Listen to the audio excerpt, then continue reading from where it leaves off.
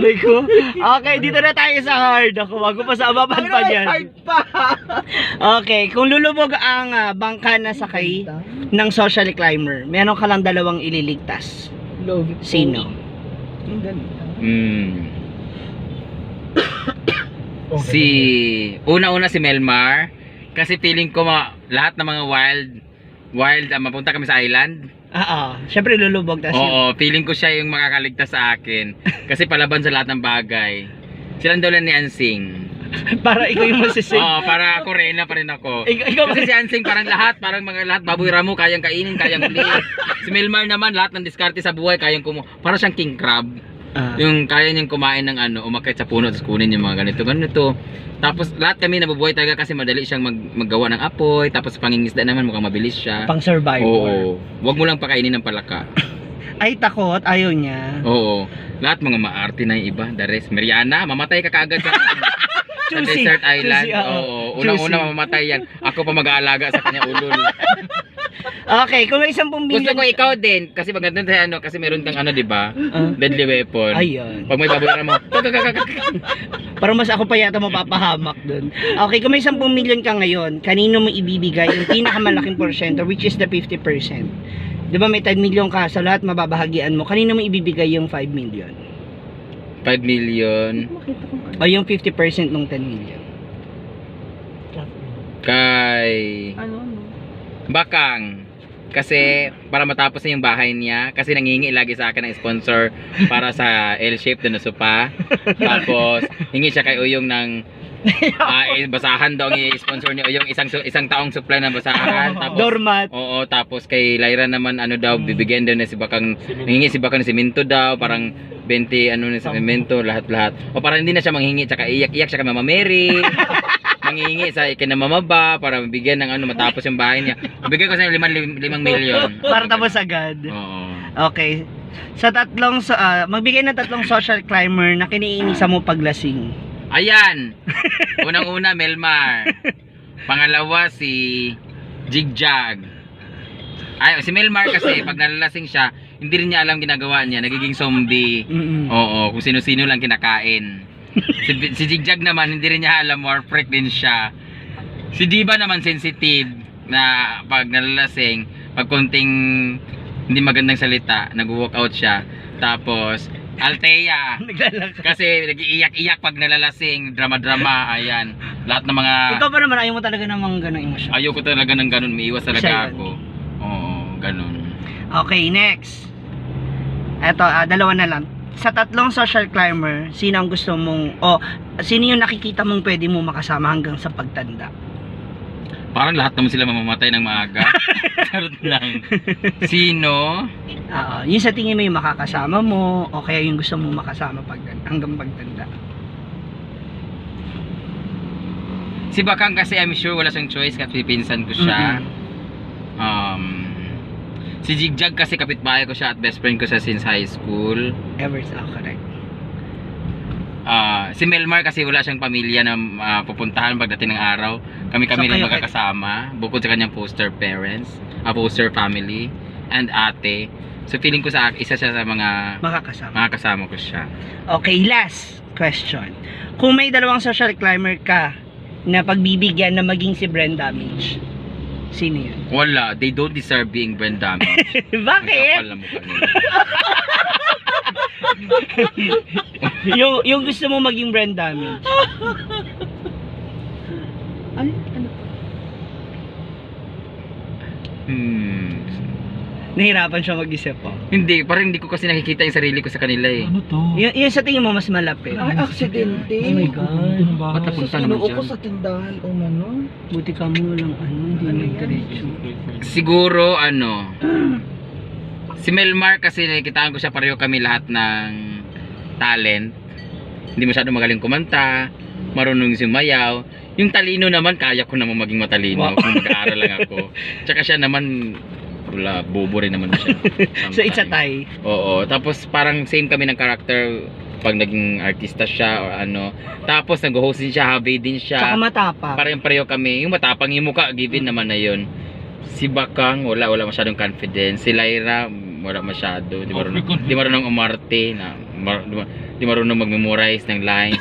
Si Mia Mia, I don't think he will be brain damaged kasi, my God, paka-arting animal. Kabaliktaran lahat ng ugali Narito. namin. Kabaliktaran, ang alam lang niya kumanta na pareho kami. Sayaw, bobo sumayaw, mas magaling ako sa kanya. Matalino sa academic lang siya matalino. Sa acting naman, di rin kami pwede kasi pang bitch lang siya ako, pang bida. Tapos Althea, hindi masyado, wala masyadong guts sa pagiging artista. Uyong naman, bobo rin. Gwen, lalo. Hindi pang artista kasi parang manika na na-yupi. Jigjag naman, lalong-lalo, walang talent, walang confidence. Diva, si Diva, ilan ba? 3? Dalawa lang. Si Diva kasi hindi naman kami nagkakalayo ng muka. Tagi siya nagpagkamalang ako, katawan din. Pareho kami ng kanta, sayaw. Acting naman, nahahasa naman kami, si Melmar at si Didong. Diva. Didong, puta, dumi-dumi ng mukha nun. Parang hindi naman kayo ngayon na halos na Hindi, kasi hindi namin kailangan tanungin yun kasi si Didong pareho kami talaga. Given talaga. Given na yun.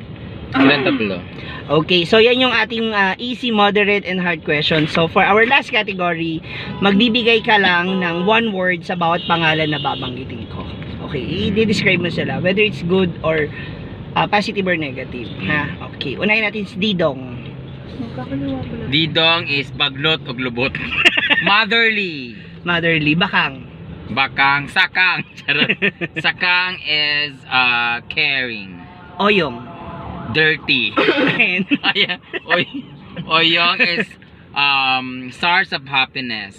Inday Katok. Hindi katok stupid, negligence, and Mga English. lahat ng mga negative adjectives. Ano siya, si Hindi Katok is all around performance, lahat. Ano siya, he can make sad things into happiness, happy. Basta positive. He can make negative things to positive. Positive things. Okay, Mia Mia Vlog. Bullshit.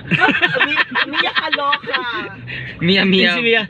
Vlogs is intelligence. Yun lang naman meron sa kanya. Marian Ambisyosa. Marian Ambisyosa.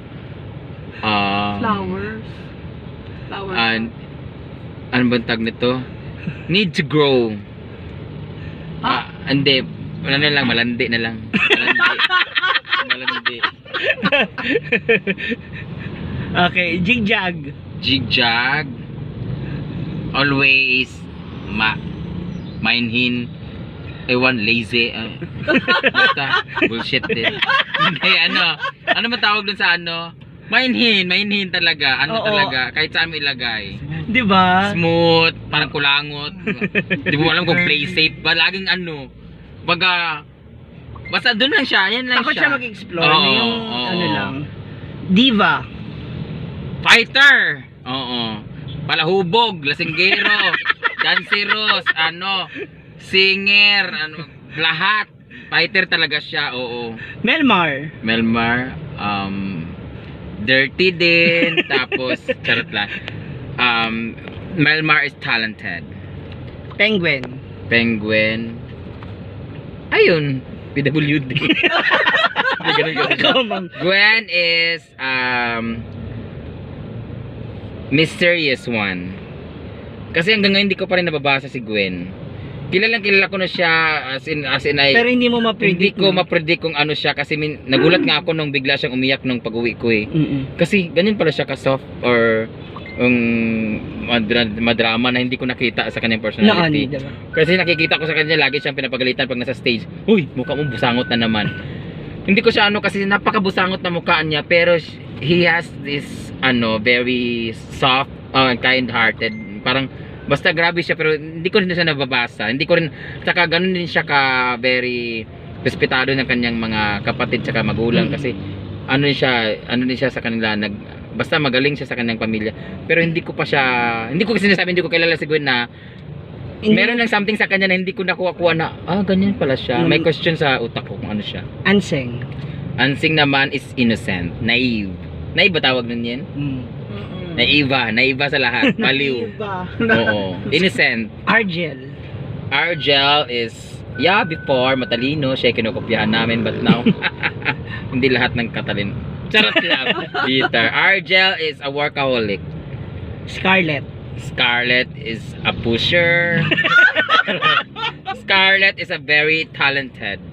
Ano, One. ang ganda ng boses, no? Oo, nun lang, Yun talented na yung lang. Jean Unwasted. Jean Bulag. Jean Bulag. Jean Bulag is ang tag nun, gullible. Madaling maloko, uto-uto. Hindi ko alam kung totoo ba, innocent ba siya, bobo lang talaga, or basta yung personality niya is gullible na may pagka maldita. Pero in a good way. Kasi, ano siya, madali din siyang mag-absorb ng mga Critics yung pag may mga sinasabi sa kanya, ano siya, she always learn to improve. Danny Samis. Janice is a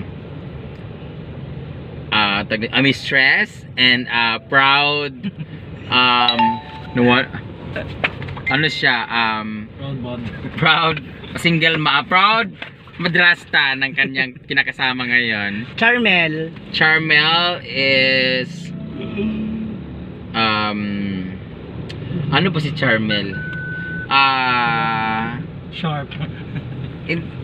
Hindi ko masyadong ano si Charmel kasi kung ano yung ugali talaga niya eh. Pero Sa nakita mo nung ano? I think she's very serious. Serious si Charmel kasi What's it, Marian? seryoso siya minsan sa buhay. Hindi ko siya mabasa-basa. Oh. May ano yan, Mia? Hindi ko alam kung saan siya seryoso. Ano morning yan? Huh? Rhea Filingera. Rhea is a loving friend. Samara Park.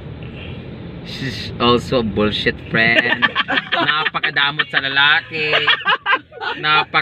Pag may lalaki, sinusolo niya. Pag nasa Manila ako, ang dami ng lalaki. Pero pag umuwi ako, walang Wala. lalaki pa ipakita kasi hindi ko alam kung she keeps on you're so busy comparing yourself to other people. Yung ano siya, makumpetensya siya sa lahat ng bagay to the point na minsan imbis friend niya or kapatid niya nagiging kompetensya. Parang Competen- masyado siyang competitive. Competitive. Oo. Pero minsan in naging negative way na kasi halimbawa we're sisters or kita magkakaibigan tayo. Pag may lalaki, parang imbis na kung parang nagki-compete na sa lahat ng bagay. Oo, parang lahat sa kanya parang kompetensya. Pero which is good sa kanya kasi palaban siya eh, pero minsan lang negative yung dating Dating kasi. sa iba. Oo. ganun. J. Ford Cruz. J. Ford masipag. Okay, last, Ma'am Shiji. Ma'am si G, advisor. Pero pag nalasing, siya rin kailangan ni advice. Addict sa ML, alas 7 na natutulog. And a loving son. Yeah. Ayan. Uy, maraming salamat. Maraming salamat Social Climber Thank Squad. you. Thank you, Brand Damage, aka Brian Roy, sa pagsagot sa ating mga katanong. Actually, haba. kanina ko lang to ginawa kasi sabi ko hindi ako makatulog, gawa na lang ako ng mga questionnaires. So, ayan ha. Regarding sa kung ano man ang opinion ni Brand Damage, yun ay base sa kung paano niya nakasama yung iba pa nating mga social climber. Ayan. Maraming salamat muli. Oy, mga sinabi ko walang filter yun. Bahala na kayo magalit mga social climber. Totoo lang ako sa sarili ko. Kaya yun naman talaga ang tingin niyo. Yun naman pag bahala kayo dyan. Hello bashers na lang. Hindi, hello, bashers. Come what may. Yes. Maraming salamat. Once again, this is Ma'am Shiji. Thank you. Sa Garwin Bakang Vlogs. I am Brand Damage, Melmar, Oyong,